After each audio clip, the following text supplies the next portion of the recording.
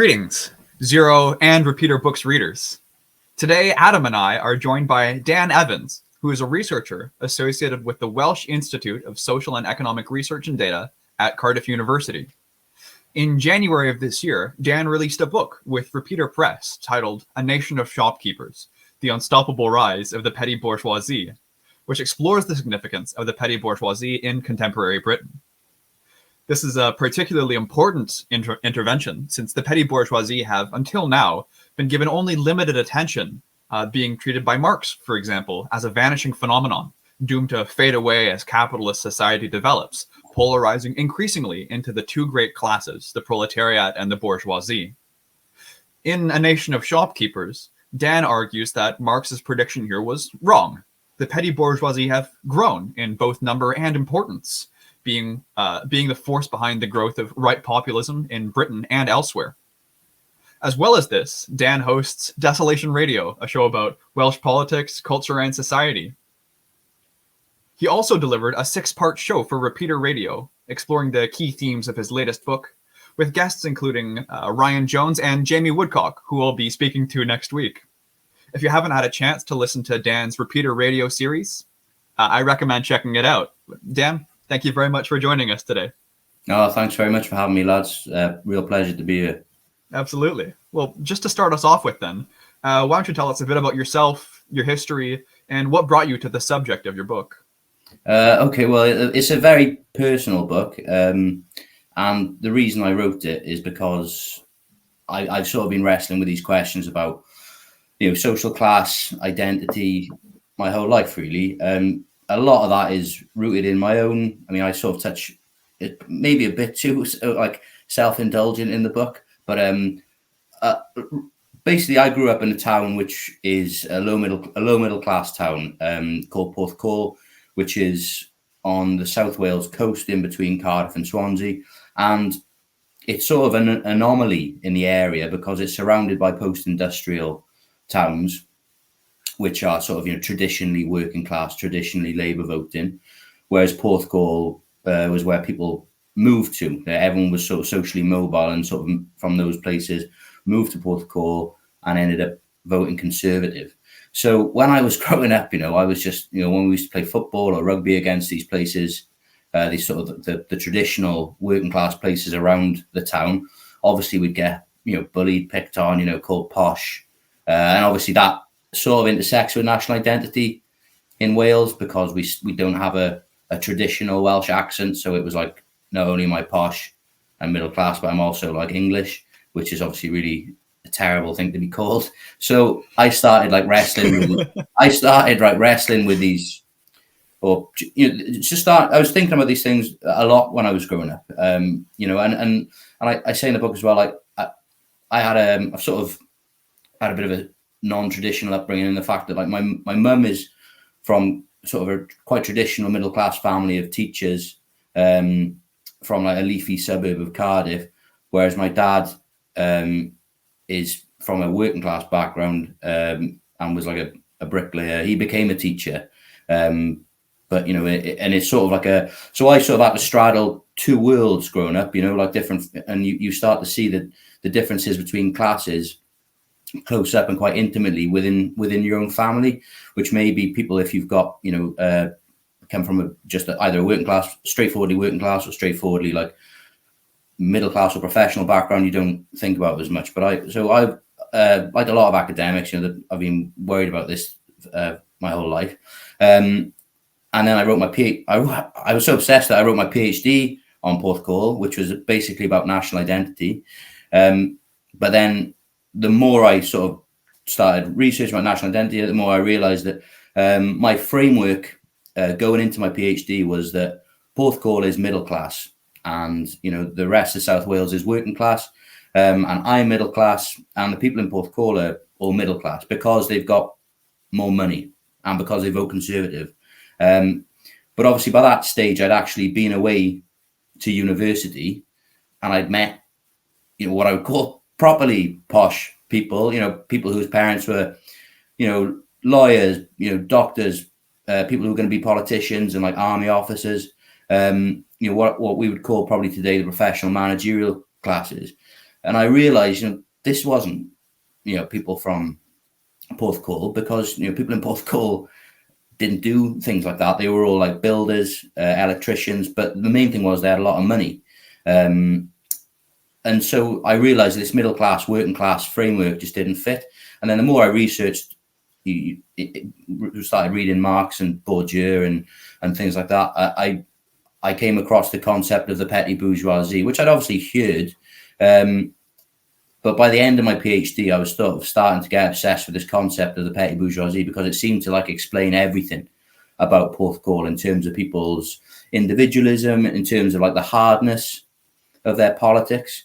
And then I sort of, like a lot of people, then I was just kicking around dead-end jobs for a number of years, working in call centers, with a lot of people like me who had degrees and were like, why did we bother going to university?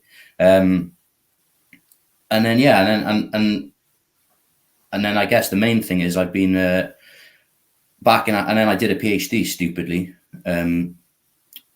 which was, I've already mentioned my PhD. And then, so basically I just started to think about the dynamics between the place where I'm from and then the place I sort of ended up, which was like in academia and around the left, because I think they're like oil and water in a way. We don't really talk about the places like Porthcawl on the left. When I've been canvassing for Labour, you go to all these places which are viewed as like, the red wall places, these are really like traditional working class areas. But you walk around these areas and it's like, it's all new build houses. People have got a fair amount of money. And obviously they were voting Conservative.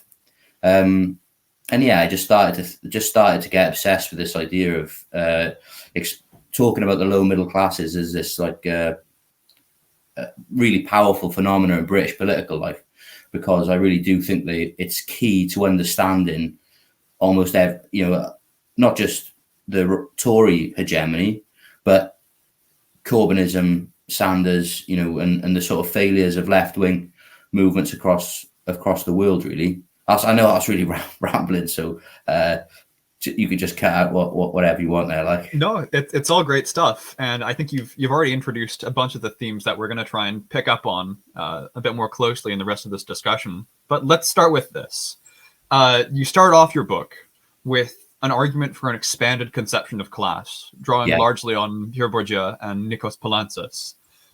While Marxists traditionally define someone's class in terms of their relation to the means of production, you propose that class should be sensitive as well to things like cultural factors, or how people dress and talk, and geographical factors like where people live.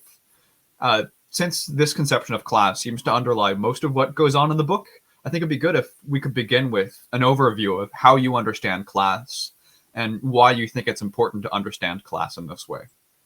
Yeah, no problem.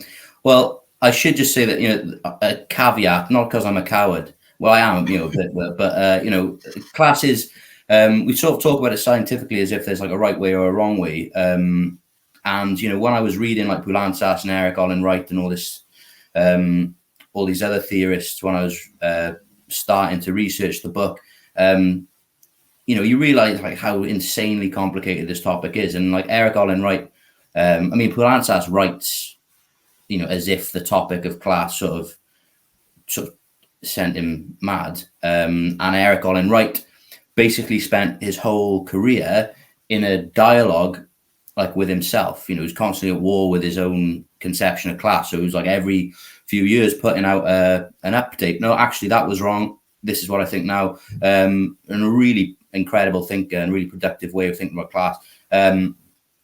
So I guess the starting point was, I disagree with the dominant leftist, or what I think is the dominant leftist approach to class at the moment. Because what's happened, if you think of like the wider context, is that the left, and I say this in the introduction to the book, the left basically abandoned class, stopped talking about it. Under progressive neoliberalism, under Blairism, it was, or rather it started to, it was like, oh, we're all middle class now because Blair had sort of a mini economic bubble. So people weren't worried about, being broke or downwardly mobile as much as they are now. So the left sort of abandoned class and moved to other things. Like if you look at most bookshops today, like radical bookshops, lefty bookshops, there's hardly anything on class. It's mainly about sexuality, gender, race, policing, prison abolition. All these things are very interesting. I mean, don't get me wrong, I have no problem with these topics, but it's notable to me that class has sort of disappeared as a sort of topic and as a fundamental principle or thing we talk about. But what's happened really is like in the sort of wake of the defeat of Corbynism, or even before that, when class was returned to, it was basically framed by this this basic. I say basic.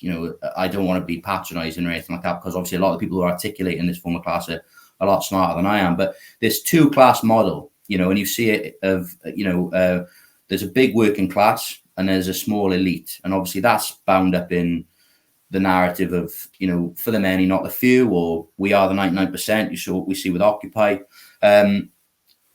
And at the core of that is assumption, like I said, there's two classes. And it's almost like it relies on this thing, sometimes called the wage earner thesis, that, anyone who works or anyone who doesn't own their own means of doesn't own the means of production is essentially working class.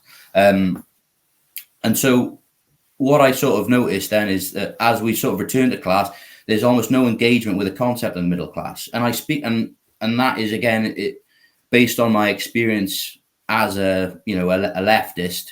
You're in these leftist circles with people with PhDs, masters, come from very comfortable professional backgrounds, and it's like, we're the working class, right? We're the working class or whatever. And so a lot of it was like, it's based on this feeling I've always had that I was like, this just doesn't seem right. I'm sorry, like it doesn't feel right. I don't feel, we don't feel like we're part of the working class, like the left. We feel very different. And when you do door knocking, or when you actually have to interact with the people you're winning over to socialism, it always felt like there's this enormous cultural gulf, a huge, like almost insurmountable gulf between the left and these everyday people. So in a way, I was almost working back from something that just never sat right with me. And it's not like a post hoc theorizing it, but it's just something I've always felt. And I guess traditionally people would have thought, well, that's just a cultural divide within the working class. You've got educated workers, and then you've got like non-educated workers or whatever. But anyway, I'm rambling again. But so what I'm saying is that in order to understand class, you can't understand class if you just base it on who owns or doesn't own the sort of means of production. Sort of who, like, so it's not just a small class of capitalists and everyone else. And I go into quite a lot of detail, well, not quite a lot, I cut a lot out of it, but a lot of detail in the book about how, capitalism has massively evolved. It's created new stratas, like management stratas, like loads of supervisory roles. There's a massive layers of complexity between, within that idea of, we're all the same if we don't own it, and so I go into that a bit. And then on the other hand is, I do think that what I noticed on the British left was this discourse that if you don't own the means of production, you're a worker, I'm working class. And then what that does is, I think there's been a number of shows saying, oh, class isn't an identity, class isn't about culture, it's not about your accent, it's not about everything else. And on the one hand, that's true, it's not totally about those things, but I really do think that, everyday life and culture and how you interact with people in society, in your neighborhood, really is important. And so there was a tendency to like throw out, do away with concepts of culture when it comes to studying class. Whereas I'm arguing in the book that we have to sort of think about class, economically, in terms of like our position in the workplace, in the economy, our function in the economy, socially, like what's our function in society, and then like culturally as well, like it things like accent and how you dress, how you talk, your friends, the things you consume, and but also your institutions and your sort of associational life, your life outside work, they're all important as well. And it's not good to sort of just disregard culture. So I'm basically arguing for like a holistic model of class. It's not an original approach really, but it's just it's the one that corresponds to the world I see around me. Basically, I think we should always, if something doesn't fit, for me the point of theory is to understand everyday life, and if you're looking at everyday life and thinking this doesn't work, this doesn't accord with what I'm seeing or my day-to-day experiences, then you should go back and interrogate it and revisit the theory, rather than just sort of superimposing it on something that doesn't work. And that was like, that was what Marx wanted to do anyway. He was like, he was always updating everything, Reminds me of something that Hegel is purported to have said. I think Adorno attributes this line to Hegel. Apparently, he used to say, if theory contradicts the facts, all the worse for the facts. Anyway, I'll pass it on to Adam now. It could be emblazed upon the banner of many critical theory departments. But no, I think the focus on trying to sort of find an intersection between the material interest, but also the way that culture shapes the material interest is absolutely pivotal to the understanding of class. And particularly when it comes to the everyday, I gotta admit, just from my own background, I feel the need for a book like this. Because thinking about all of these people with Cockney accents who are also millionaires, what the fuck are they? Like how do we understand the Dick Van Dyke-ification of the traditional That's a great phrase. But one of the questions I had particularly about this, so let's move on from the understanding of class generally to the understanding of the main focus of this book, the new petty-bourgeoisie. And one of the questions I had about it was, you define, at least my understanding of the book, the petty-bourgeoisie and the new petty-bourgeoisie predominantly in terms of its precarity. And it's essentially a transitional class, as Marx says as well, it's a class in motion. And I think one of the interesting things you do to distinguish it from the working class is this distinction between precarity and poverty. Not everyone, loads of people in Britain have a shit life, it's Britain, but it doesn't mean the relationship to capital is actually the same. And I'm wondering if you could expand a little bit on why you characterize the new petty bourgeoisie specifically in terms of its precarity, because I mean, in terms of in the name, it feels, petty bourgeois precarity, it feels like there's a bit of a contradiction. Or why would you say that the new petty bourgeoisie is a better term than, say, something like what Guy Standing talks about, the precariats? But actually, so how does precarity work in terms of categorizing the petty bourgeoisie? And also, I guess as well, if we want to expand on that definition a bit more with what you talk about, can we also talk about, I guess, the role that a sort of functional understanding of labor plays in how you characterize them? Because you from Poulantzas, you take this term of the new petty bourgeoisies, they may all labor, but the function of that labor is different. One has a managerial or sort of a supervisory function, which is dominated more by mental characteristics, and the other one is, well, they're very distinct between mental and manual itself, created by the new petty bourgeoisie as this transitional force. Yeah, no problem. So I should have gone back when I first started talking about my interest in the petty bourgeoisie. So in the book, I characterize the petty bourgeoisie as basically having two strands, and I use a DNA helix. I've got no understanding of DNA or genetics or anything like that. It just seemed like a good. I've seen it, I've seen it the way it looks, and it looks. And so what I'm saying is that this class is actually made up of two fractions, which isn't that hard to understand. It just means that there's two intertwined different groups, which often look very different, but actually belong to the same class. So one is the old petty bourgeoisie, which is basically what we would traditionally call, the lower middle class, people who self-employed workers largely is what I use. So tradesmen, electricians, brickies, plumbers, but also a whole range of people in today's world, because there's there's nearly 5 million self-employed workers. And it is a real variety within it now. So that's the old. And then the new is basically what I would... So the new petty bourgeoisie is the class we all know, which is basically us. I mean, I don't know. Well, you guys might be more successful than I am, but, it's downwardly mobile, large, or at least a large part of the class, downwardly mobile, overeducated graduates. who are sort of now stuck in dead-end jobs. And I sort of said that they make up the main base of leftist movements across the world. And yeah, one of the most controversial things about the book, one of the most controversial things about Poulantzas' theory, and I should just say as well, is that, I love Poulantzas.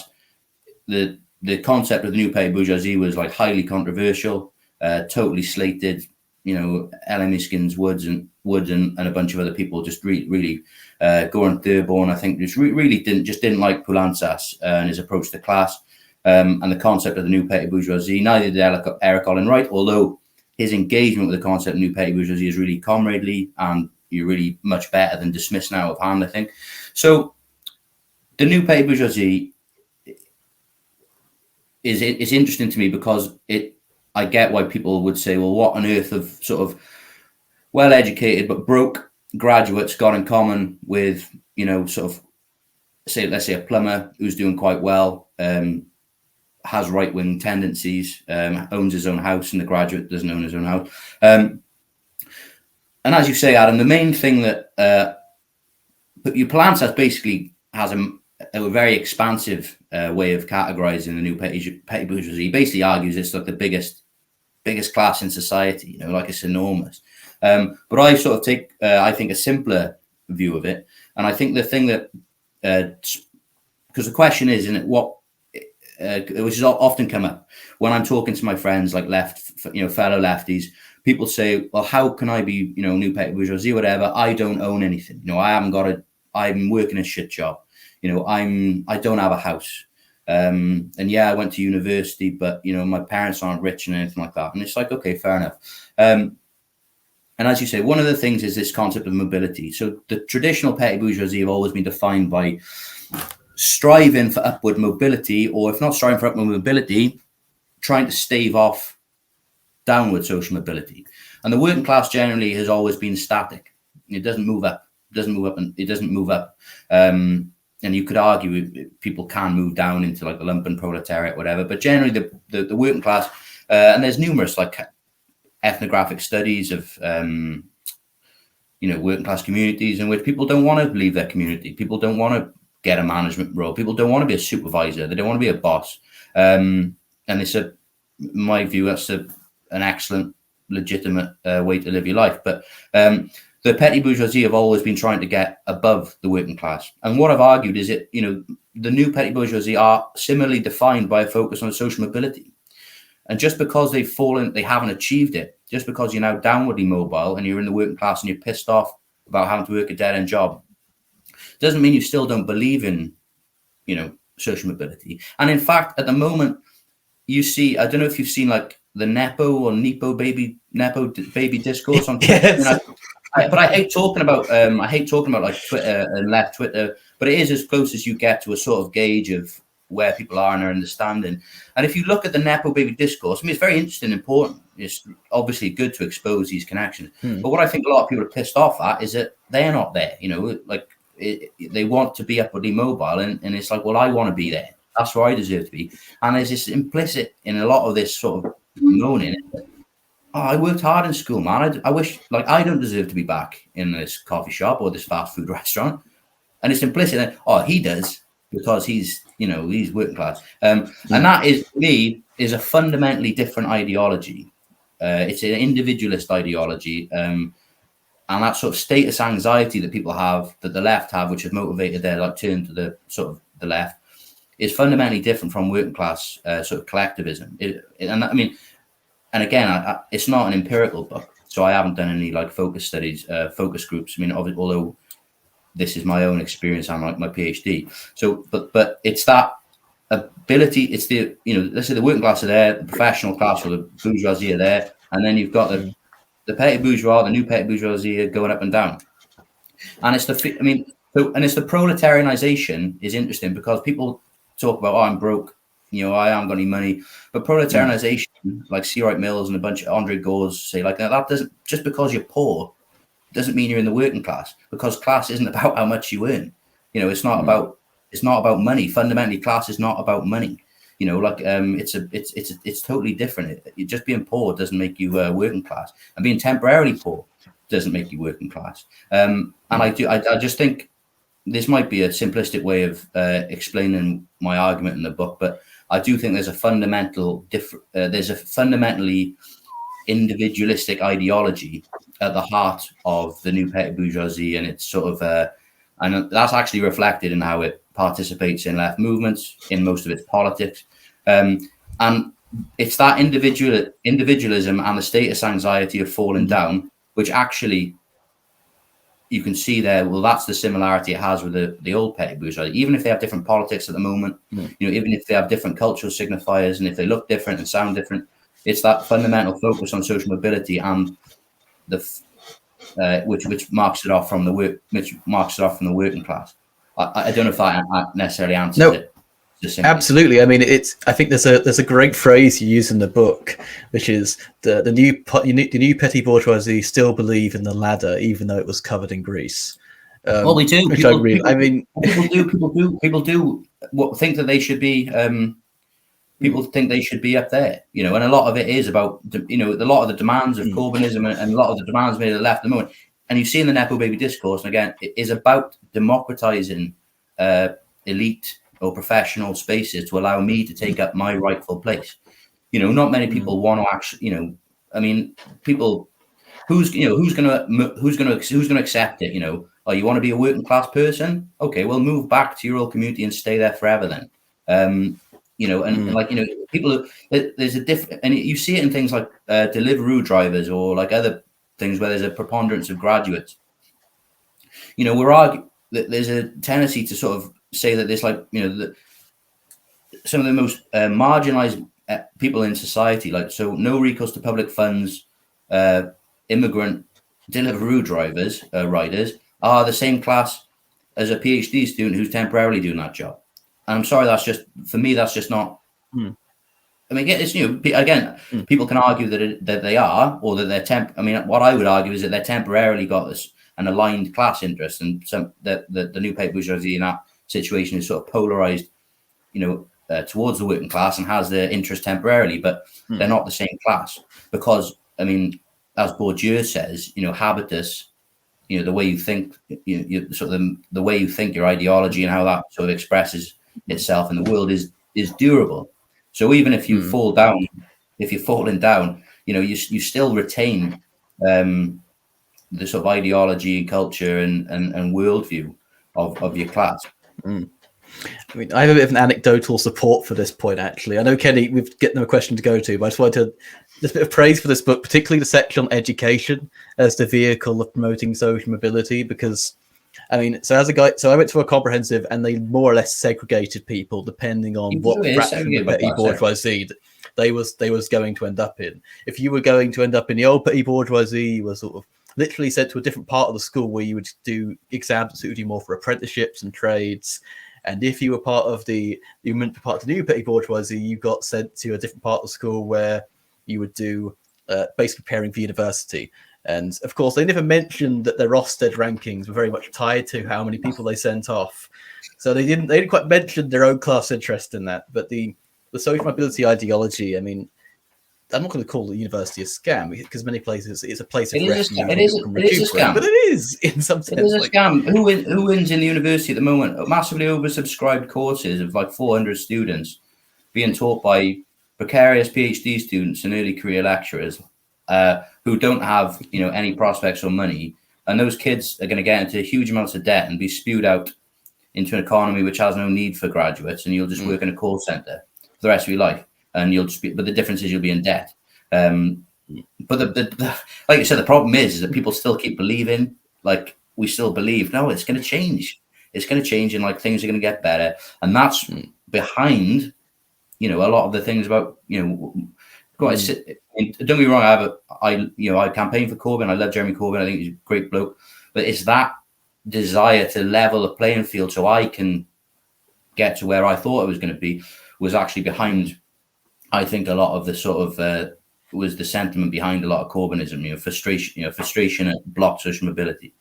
But to go back to your other point, Adam, this idea of mental labor or the mental manual divide in society. I mean, Poulantzas talks about this, and it's one that I did try my best to understand it. And I've got to be honest with a lot of Poulantzas, I'm just like, come on, man, just one sentence that I can understand clearly without reading like 10 times, because he's so starting to sympathize with Ralph Miliband. yeah. People just, like Eric Olin Wright says in a lot of passages, he just flat out says, sorry, I just didn't understand this bit. And that was me. I was like, what are you talking? Like, and obviously the fact it's translated from the French doesn't make it any easier. But, he talks about a mental manual dividing line, like an invisible ideological dividing line in society. And again, people might disagree with this because it's not like empirical. You can't empirically prove any of this stuff. It's just the stuff that I sort of resonated with me instinctively. And going back to school, like what I say in the book is that school is where social mobility ideology is, or state school rather, is like inculcated in people. And that's where you're split off from, that's where the new petty bourgeoisie is like starts to be split off from the working class. Because obviously a lot of new petty bourgeoisie people will have working class parents. But that's where you are starting to be split off and told you're not like those working class children who don't pay attention in school, or and as you said, you are physically segregated in school through sets, and not through sets, but you're told you're going to do this. You're going to do this because you're academic. And obviously, there's a lot more bound up in there about particular forms of knowledge which are prized in society and different forms of intelligence. So that, that's why I've graduated. You become a graduate and you're like a 30-year-old man-child, and you can't change a light bulb or do anything because you were told that your version of intelligence, the book learning that you basically, just because you could excel in school and your habits are sort of aligned with the field of education, doesn't mean like you're smarter than anyone. But anyway, there's this. I think that holds true, that there is a dividing line that starts in school. That we are different from those kids, the working class kids, and you're filtered into particular subjects. Generally working class people leave school at 16. Like I said, there's a whole bunch of things you can actually look at within education that show the enormous differences. And then some people are filtered. You've got no say in it. You haven't got. You're not like, oh, I really want to go to university. You're just sort of told you're going to go. This is for you, and that's not for you. And that idea that like those jobs aren't for you, that's very durable. That is something that will stay with you like your life. I've worked hard in school, and you see that unfortunately a lot on like the left. People, I'm the smart kid. I got patted on the head a lot in school, and it's all been downhill ever since. Because guess what? Like no one cares if you got like this grade or whatever in GCSEs when you're 15. But yeah, it also, I should say that it also really messes you up, that stuff. And it splits people off in their community and their friends, and it's really not. I mean, what I argue in the book, we'll probably get into, but social mobility is bad. It's bad. Well, I think a lot of this leads on pretty tidily to the next question that I wanted to ask, which is, I guess, a bit more of a big picture question on the relation between the petty bourgeoisie and capitalism. So towards the end of chapter 1, you have this really excellent discussion, I thought, of the relation between the petty bourgeoisie and big capital. And as I said in the intro, Marx predicted that the petty bourgeoisie would fade away into non-existence as capitalism developed. But here you give an analysis of why the opposite has happened and what role the petty bourgeoisie play in the reproduction of capitalism today. For instance, in preventing the spread of unionization among the working class. Just as a side note, I guess, it might be important to remember that the manuscript we have of Capital Volume 3, God, this is a proper nerd question. It ends with Marx asking the question, quote, what makes wage laborers, capitalists, and landlords constitute the three great social classes, end quote. So it's possible that he was actually changing his view to something like what you're espousing here shortly before he died. But I'd like to hear a bit more from you about why big capital has sustained the existence of the petty bourgeoisie and how this helps explain recent labor history in the UK. Yeah, no problem. I'm going to grab a book that I was using and wave it around a second, just because so yeah, like, I'm not. I'll go through it and I'll get to the last question about Marx changing his mind.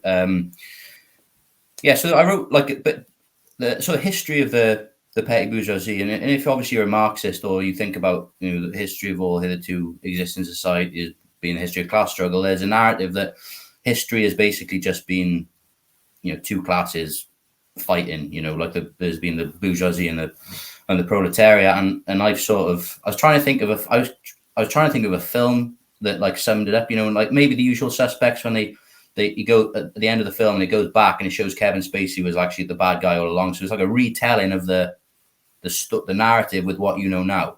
And what I was sort of arguing in the history chapter was like, actually the petty, it hasn't been as simple as, the bourgeoisie versus the proletariat. And in fact, the petty bourgeoisie have always been there, and they've always played a very influential political force, always being used a lot of the time by the state as a battering ram to sort of crush organized labor. And in that, that's pretty important, and Lenin, Gramsci, Rosa Luxemburg were very up on the petty bourgeoisie as this powerful political force that was stopping the workers coming together and was being used as a tool by capital.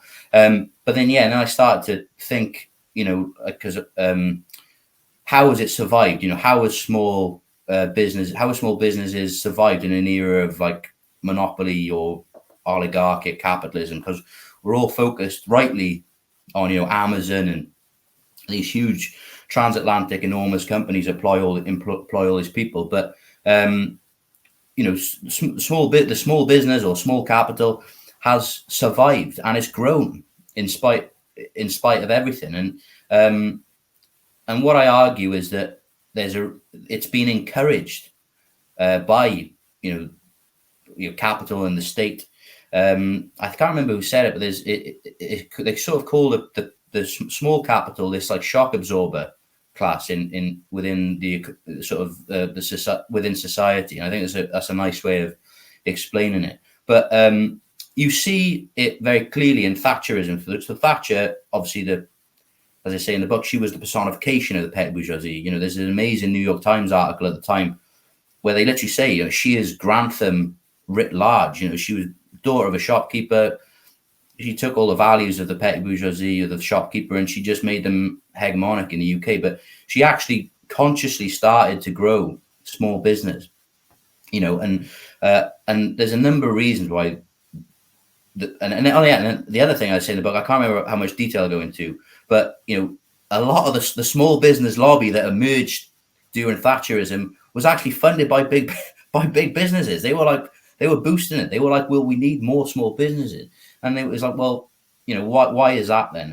And one of the reasons, obviously, is that it's really good. Like, it's really profitable for big business to have a sort of strata of very precarious, small, and entirely dependent subcontractors that you can just pass all the risks down to. And there's loads of reasons like that. But one of the main ones is think about it. The more fragmented the workforce is into smaller little units, the harder it is for workers to come together. So there's a real political incentive to encourage the proliferation of small capital. And I think if you look at actually what Thatcher did, that is like a really good example of what happened. There's other reasons, of course, like small capital, sort of small businesses take people on a lot easier. They stop the employment rate getting too high. They drive job growth and all the other stuff.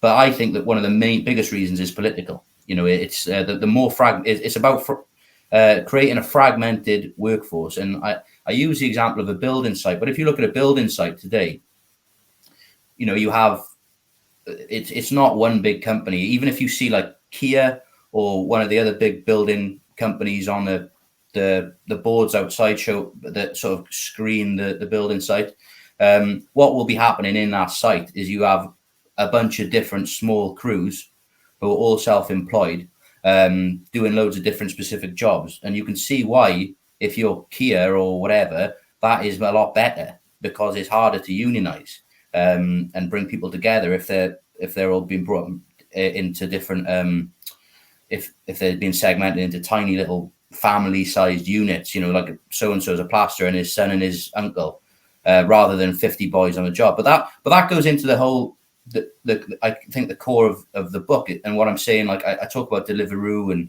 and things a lot, but when we're looking at the economy today and how things are structured, and why the trade union movement is. I mean, obviously, we'll talk about this later, but the working class are back. Yeah, the organised working class are fighting back. But why the trade union movement now is, there's so few days lost to strikes. Why we've got 6-something million, maybe probably more now, but down from a peak of like 13 million in the 70s, is because it's just the workplaces have been fragmented and broken up into smaller units, and it's a fundamentally different experience when you're working on your own or in a smaller unit, or if you're self-employed as a driver, if you're like a delivery driver with Every or Amazon or whatever. It's much harder. So what I'm sort of arguing is that traditional experience of the shopkeeper, this isolated experience people used to have when they're working all hours of the day, they're getting angry and pissed off. But that anger is not being socialized. It's not collectivized anger, and that's really important. It's not.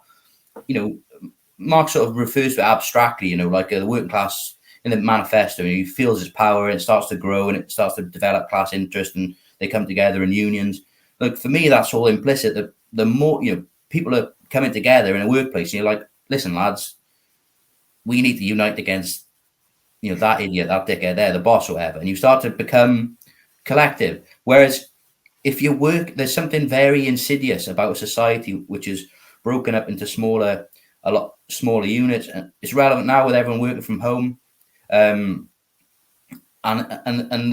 you see it with what's happening now is Uber and Deliveroo and things like that are interesting. And I got this from Jamie Woodcock. He's done incredible work on, and it was like a light bulb moment when I was interviewing him.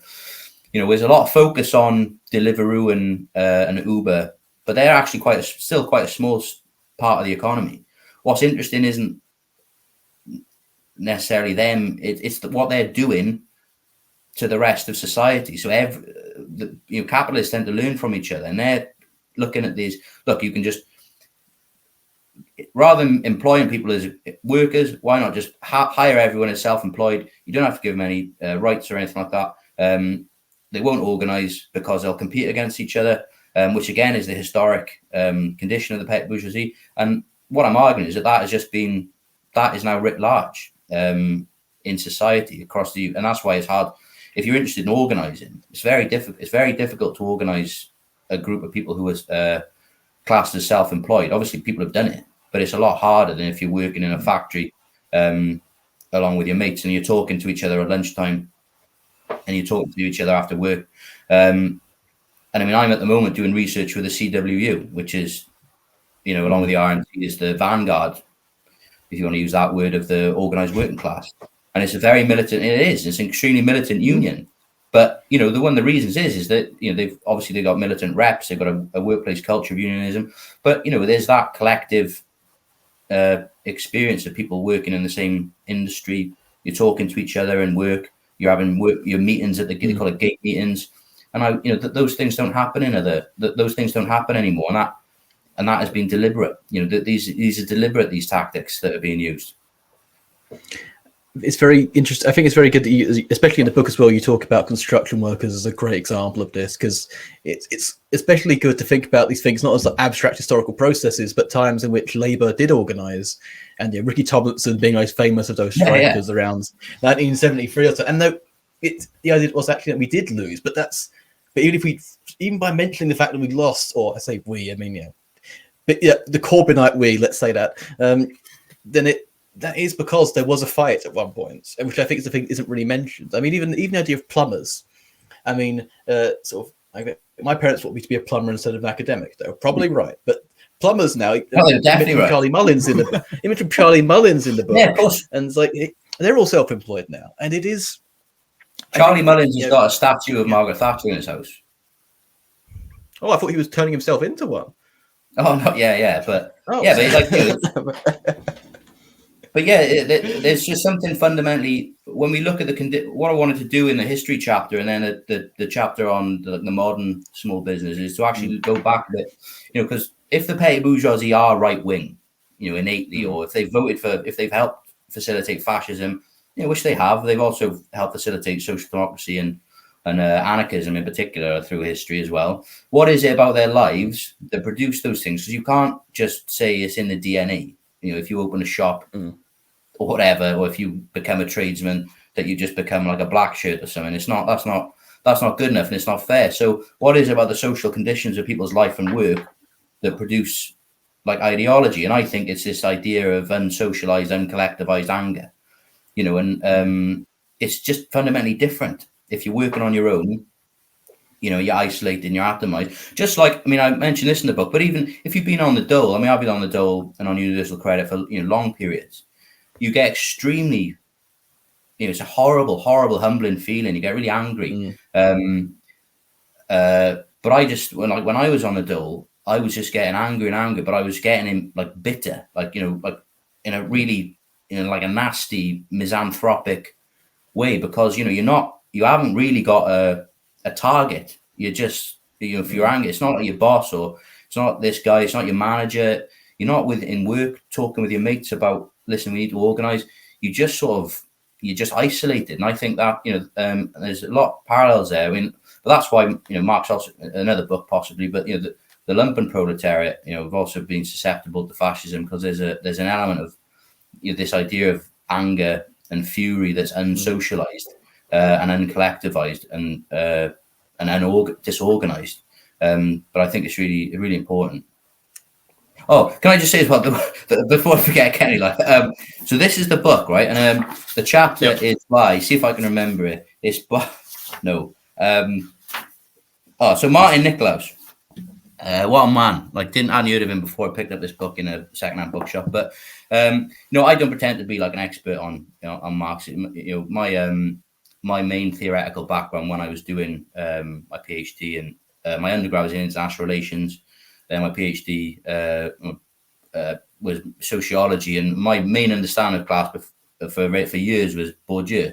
I know a lot of people don't agree with Bourdieu, but what reading this, Nicolaus was saying that there is a difference in between early Marx, when he's writing the Communist Manifesto and saying, there's two classes, and they're at war with each other all the time, the proletariat, and then late Marx, in Capital, this 3 or 2. When he's he's saying that in the Communist Manifesto that capitalist society is getting simpler, essentially, that it's polarizing more and more into two opposed classes, the bourgeoisie on the one hand, the proletariat on the other, and then all the classes like the petty bourgeoisie are sinking into the proletariat and becoming this big working class. Well, Nicolaus argues that actually, and later on, he's looking at the development of capitalism as it's getting more and more complex, new layers of management, but also the emergence of a service class of servants. Back in the day, it would have actually been servant, soldiers, police, people to accountants, solicitors, this growth. And he's actually ends up sort of implying, or at least Nicolaus says, that's like me again being a coward, but implying that later on Marx moves away from this idea of there being two classes, and actually is pointing more towards I guess the David Graeber bullshit jobs take on society, that there's this enormous outgrowth of white collar workers who are unproductive and uncategorized. And there is a line where Marx says about, I think he's talking about servants, butlers, like in the remains of the day, but he says, no class forms more willing members of the petty bourgeoisie, or something along those lines. So he actually says these people are categorized he categorizes them as part of the petty bourgeoisie, but it's clear that they don't. It's not because they own their own means of production. So he knows that. So he makes a distinction between the old artisan working in his workshop and then the new white collar workers of like servants and butlers and soldiers and cops and accountants. But nonetheless, he sort of says tantalizingly, they're part of the same class. So you could, like, if you're going to look at the genesis of like the concept of, and again, I'm not the authority to rely on you, but it's I do think there is something in that he does actually. If we're going to go back to what he said, then it's a bit more complicated than saying there were two classes. Yeah, thank you for that. I didn't mean to call you up on your understanding of Marx. That wasn't the intention. No, before the tribunal. Undialectical, unserious. No, what's that book called for us? What's the title of it? Yeah, so Marx, Sociology, Social Change, Capitalism, buy it now. I should promote my book as well, but yeah, you buy this one as well. It's really good. But like Paul Sweezy's in it, Miliband's in it. And again, he was like, I remember it was I was like stuck at the time. And I was like reading Poulantzas again, and I was just like, I can't take any more of this. And then I just found this book I picked up, and I was like, oh man, this is actually amazing. And happily, there's someone to sort of explain it to me, and then obviously go back and try to read the original, and it makes more sense then. Adam, did you have a question, or should I jump? Well, I know you've got one more. You've got one more question on the list, but if, right. Cool. Well, let's go for this one then. It's a little more abstract, but on your university website, I forgot I had one. Gee, that's like the worst way to start a question. But you mentioned there that you're working on a book related to your PhD research, and that the book should be published sometime in 2024. I did some looking around and actually found your thesis, which was on Welsh devolution, and you published a couple articles on that topic since then as well. I was wondering if you could possibly tell us a bit about this future book project and whether your concerns with Welsh devolution have anything to do with your interest in the history and nature of the petty bourgeoisie. Oh yeah, man. Well, yeah, obviously happy to plug my work. My new Twitter account is just me retweeting praise all day, which is a departure from what I used to be. So what it's quite weird because I finished my PhD 2015. I got like a book contract with the University of Wales Press like quite soon after it, and basically so I've had that contract for years, and I just haven't been because if you're in academia, as you know, you don't actually get a chance to do any writing, which is why I think it's interesting. I wrote the book, this one, when I was outside academia, and now I'm back in academia and I'm going to struggle to write again.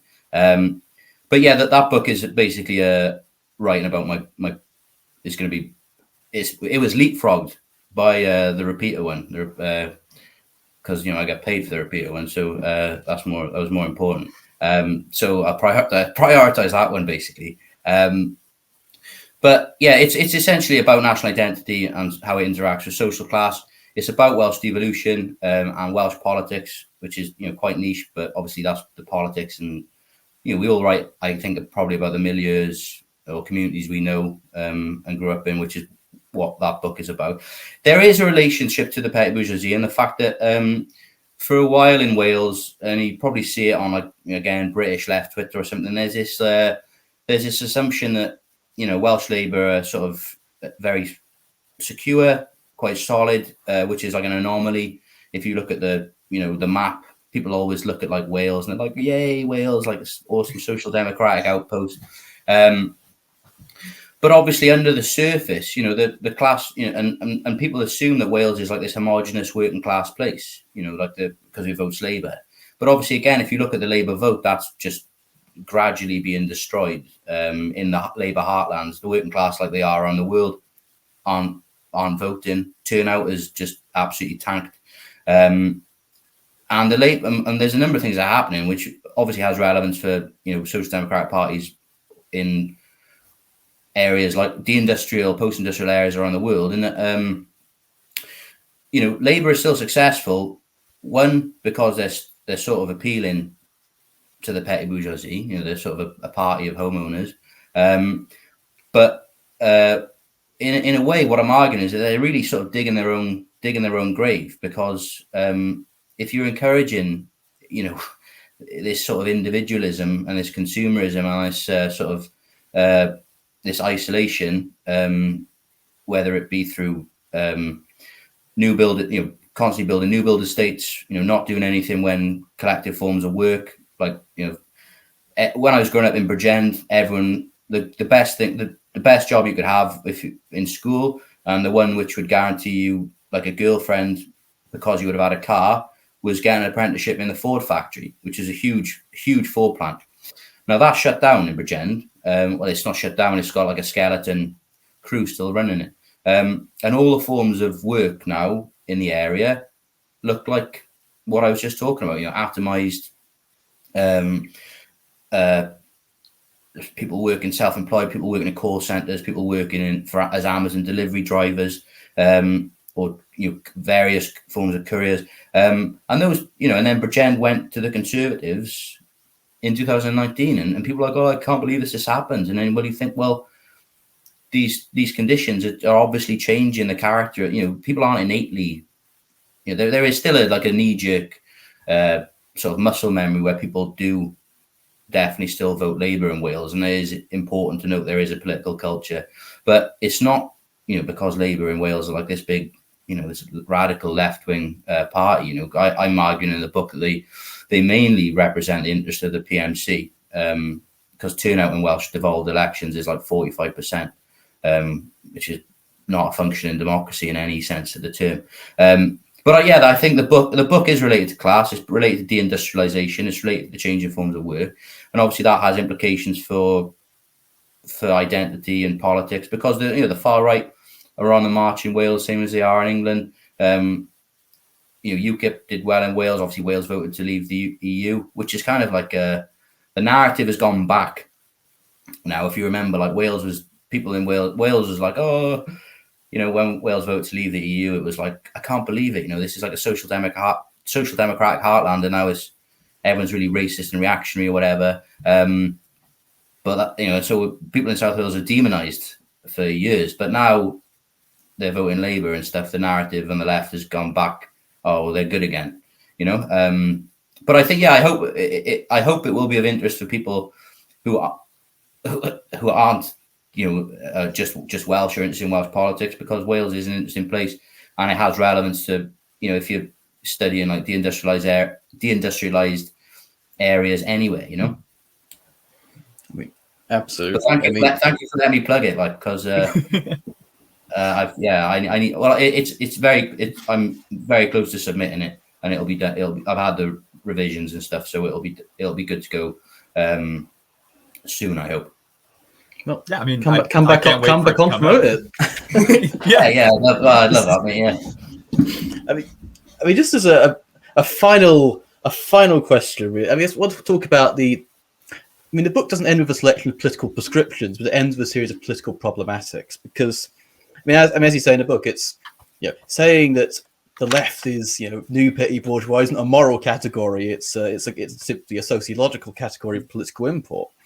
Yeah. And I just wanted to ask what the sort of the political implications, or you think we can take from this book is, particularly in terms of not only the abandoning of social mobility ideology, but also, one of the references I picked up on, especially in the earlier chapters, is Ambalavana Sivanandan in his critique of like the Marxism today, New Time stuff, and he talks about identity politics versus a politics of identification. And I was wondering sort of what new frontiers you think your sociological analysis opens up, because in describing the difference in relationship between new petite-bourgeoisie and the traditional, if we call them traditional sort of proletarians, it's more like a strategic relationship to capital rather than, and how does I don't like saying the capital T, capital L. How do people who might want to organize workers and new petty bourgeoisie together exploit this particular strategic articulation? Because, there's also a bit of a time limit on this, isn't there? Because, say about 30 years, a lot of capital is going to be released from, let's say, the parents of a lot of these graduates who might not suddenly be as on the downward turn as they might have been during 2016. So is there a time limit on cashing out on this particular strategic articulation before they all inherit houses? There's a number of things there. I'll probably start. I think it's important, and I say this in the book, that we've got. I go into the pathologies of the British understanding of class, and I know already, like a lot of my mates are just pissed off at the book because people are attached to the idea of being working class, and this idea of the class as a moral judgment. And like the whole book is about me being petty bourgeois. I don't care, but also, when I was younger, I would have been offended if someone said, "Oh, you're not working class." And people are sort of really attached to those labels, and rightly so. If you're downwardly mobile, if you're in a union, if you've been, and obviously the left, we're very romantic. We focus on our historic struggles.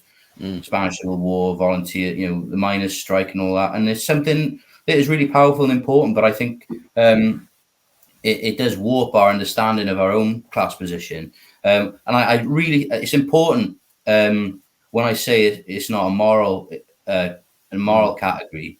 I really don't want to get into this sort of forelock. Oh, like, you know, like the sort of some of the weird performances around identity politics and privilege politics and all that nonsense, where people are like, you know, let me do better. You know, I'm not working class and all that sort of rubbish. Because the whole point of what Lenin was talking about, what Gramsci was talking about, what Trotsky and Rosa Luxemburg was about building class alliances. I was like, I mean, you know, like, I sort of haven't read that much Lenin, if I'm being honest. Like when I was before I read the book, and I was like, oh my God, man, the guy's obsessed with class alliances. You know, he knew that the working class weren't the biggest class in Russia, so but there's no moral. Well, okay, there is moral. He sort of hates kulaks, but you know, it's really important that we don't get sidetracked into class as a moral category, because and at the end of the day, we're all subordinate classes. We all have to be brought together, you know, and you're not going to achieve that if you just like whipping each other and saying, you're working class, I'm working class, he's middle class, whatever. The point is just, you know, if we're saying, the point for me was, if you're saying these things like for the many, not the few, or we are the 99%, you know, if you're just treating everyone as this homogenous, undifferentiated mass, and you're not taking into account the different class interests or problems within that big group, then you're not going to be able to really appeal to anyone, because you're not being specific. So it's about, you know, identifying the differences, but also how can we work to bring the classes together. For what it's worth, I think what's happening at the moment in the UK is, it sounds bizarre, but like, because in a way what's happening really is Custer's last stand for the organised working class. You know, you've got, I think that the government have engineered this confrontation with the RMT and the CWU, who in my mind do represent the organised working class today. So Corbynism, as I say in the book, was basically it was a new petty bourgeoisie and the professional managerial classes. That was the core of Corbynism, because that's what the core of the Labour Party is. And it was a movement which didn't really bring the working class along with it. But what's happening now, happily, as the Labour Party have just moved to be totally, almost nakedly representing the professional classes under Starmer, you've actually seen the rise of trade unions which aren't openly affiliated to the Labour Party. You know, the CWRMT and obviously Unite, obviously they are affiliated, but Graham is moving away from that. And we're seeing this block at the moment, which is actually, it's the opposite of Corbynism, because it is being led by the working class. It's being led by organized workers. It's not being led by the left. It's not being led by like left celebrities. It's not being led by academics. It's being led by, you know, the RMT and the CWU, and unions that represent white collar strata, PCS, UCU, you know, the nurses, the other classes are falling in line behind the working class, and that's, in my opinion, why it's doing well. The danger, I mean, obviously there's danger. What I think will happen now is the government will start to try to pick apart that coalition. But I actually think, you know, the left is in a much better place now than it was, you know, paradoxically and weirdly, because obviously we're in a really dangerous position than it was under Corbynism, because there's always been that thought experiment. I don't want to spend all this time hammering the Labour Party, but the thought experiment has been like, you know, oh no, please do. Like, you know, would we be better off? Would the workers be better off? Would the trade union movement be better off if the Labour Party didn't exist? And it's effectively, that's in a way that's sort of what's happened now, because the Labour are so distant from the workers' movement that I think, and I do think as well. We said, I think, before we started recording, we're in a very dangerous period, because on the one hand we do have the working class, the organised working class have started to mobilise. But around the world, the petty bourgeoisie, the traditional petty bourgeoisie, like the low middle classes, are starting to mobilise as well in parallel. And you see that the yellow vests in France, like the truckers' strikes in Canada, but also fuel protests in the UK, farmers' protests in the Netherlands. So it's not just the working class that are organising, and there's obviously historical parallels to this. The challenge now is to bring these two strands together into like what C. Wright Mills called like a low middle class pressure block. And I actually think the experience of COVID has been really has actually polarized, low middle classes, even, homeowners, people who used to vote Conservative. People have been polarized towards the working class in a way that is not unprecedented, but in a way that would have been unthinkable, say, under Thatcherism. And you see a lot of vox pops. I know they're not necessarily scientific, but people are asking what, the strikes still enjoy they're very popular. People still support the strikes. Most people are pissed off, because back, when the Conservatives were, Thatcher sort of brought the low middle class in as a supporting pillar of the status quo through these concessions like right to buy and supporting the small business lobby. They haven't had any concessions for like 25 years and 30 years, no, 50, I'm talking about 50 years, not 25 years, 50 years. And during COVID, the Conservative Party has been unmasked so openly as like the party of big capital. And, and obviously loads of small businesses and self-employed people like went to the wall. There's obviously been a dip in the amount of people who are self-employed because of COVID, because so many businesses failed. And I really do think there's historically an animosity between the people, low middle classes, petite bourgeoisie, and the working class. Because a lot of that was the narrative of the shirkers versus the worker.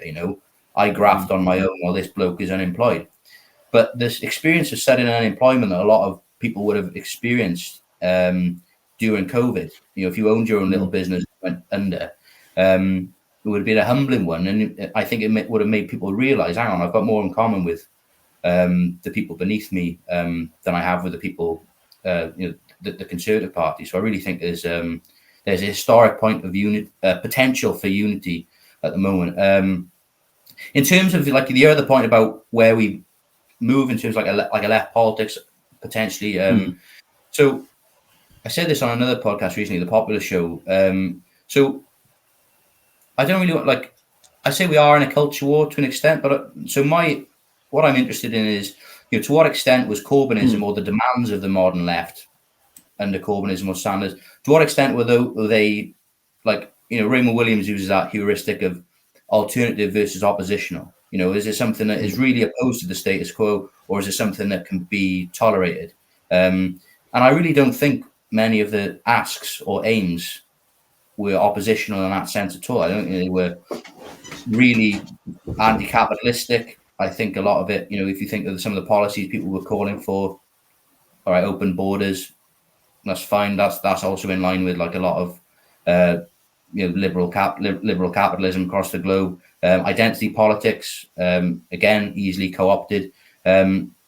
These aren't sort of socialistic in my view. Then again, I want to emphasize I'm not opposed to these, not necessarily opposed to these policies, but I don't think they should be the forefront of a broad cross-class movement. You have to start talking about work. You have to start talking about class and class alliances if you want to build class alliances, and you have to be talking about the things with sort of what are the points of unity? What are the points of unity? And then like anti-monopoly campaigns, for example, is anti-big business is a way of bringing together working class people and small businesses, for example. And Corbyn, I do think, grasped that in 2017.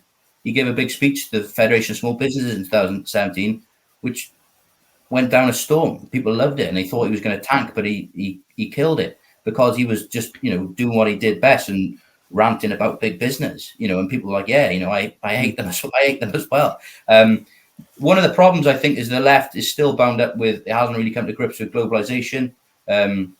Or I said the left, the modern left. The globalization is sort of a uncritical embrace of globalization. We saw that. Again, I don't want to talk about Brexit too much, but I thought Brexit was interesting because people sort of did, in my opinion, throw their lot in with the EU and didn't really understand why people didn't like it. That was the more important thing. If you couldn't understand why people didn't like this sort of undemocratic massive bureaucracy, then that's a bit of a problem, But I think New Frontiers is.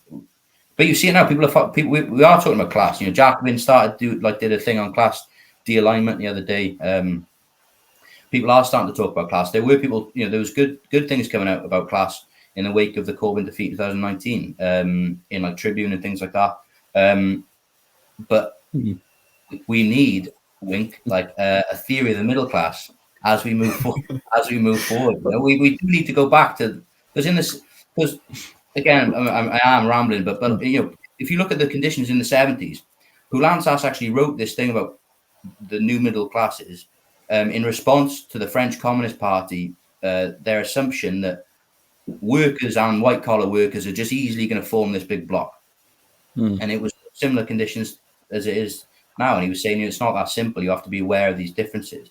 So if we're going to go forward and build class lines, you do have to be aware of these subtle, even if you don't agree they're like with me that they're class divides, I think people can at least recognize that these are pretty enormous cultural divides. I mean, the Piketty stuff on the Brahmin left is there's basically the progressive classes are essentially on their own. You know, there's almost no crossover in terms of policy and interest with the rest of the population. So that's something at least we have to start thinking about, you know, why that is.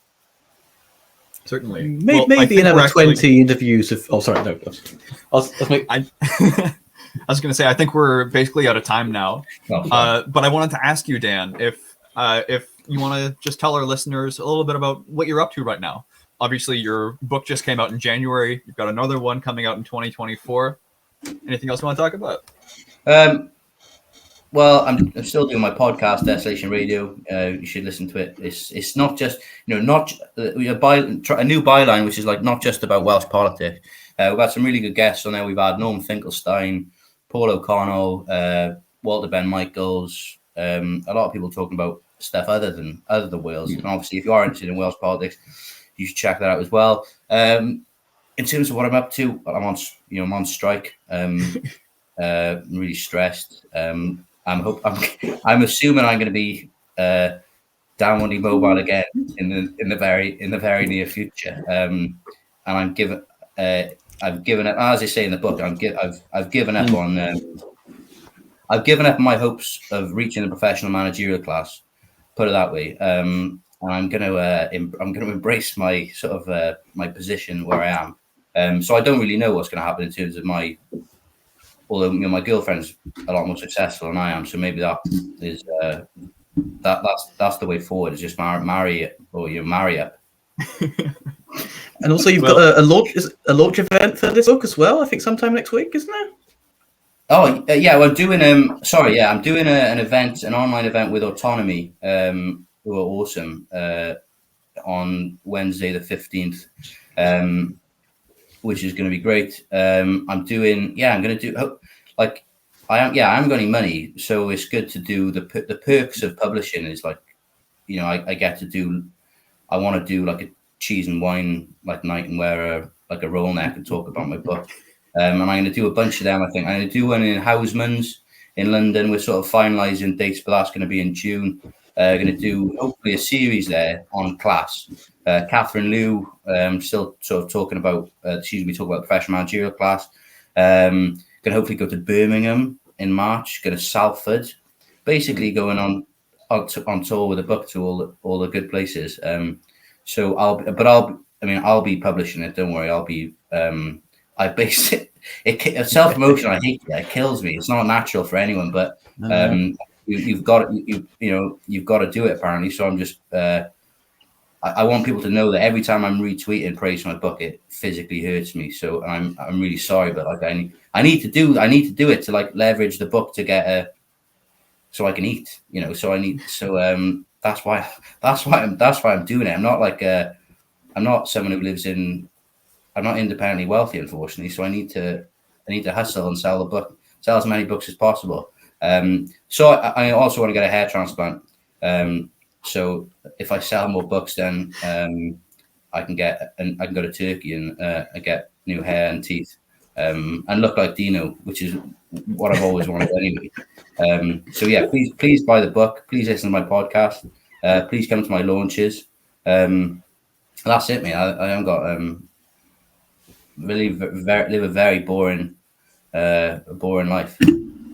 All right. Well, thank you so much for sharing the struggles of the hustle with us tonight. I hope you have a nice weekend. And if anyone is around London around June, be sure to see Dan in person, get yourself a copy of the book, and look out for his work on Welsh devolution coming out in 2024. Thank you so much, Dan. Absolutely. Thanks so much, lads. Real privilege. Thank you. We appreciate your support of the imprint and the channel. Subscribe to Zero Books today on Patreon. Your material support helps us to promote a variety of perspectives on the left. Also, discover the many titles, new and old, that Zero has curated. Navigate to any of the links in the show notes to extend your support.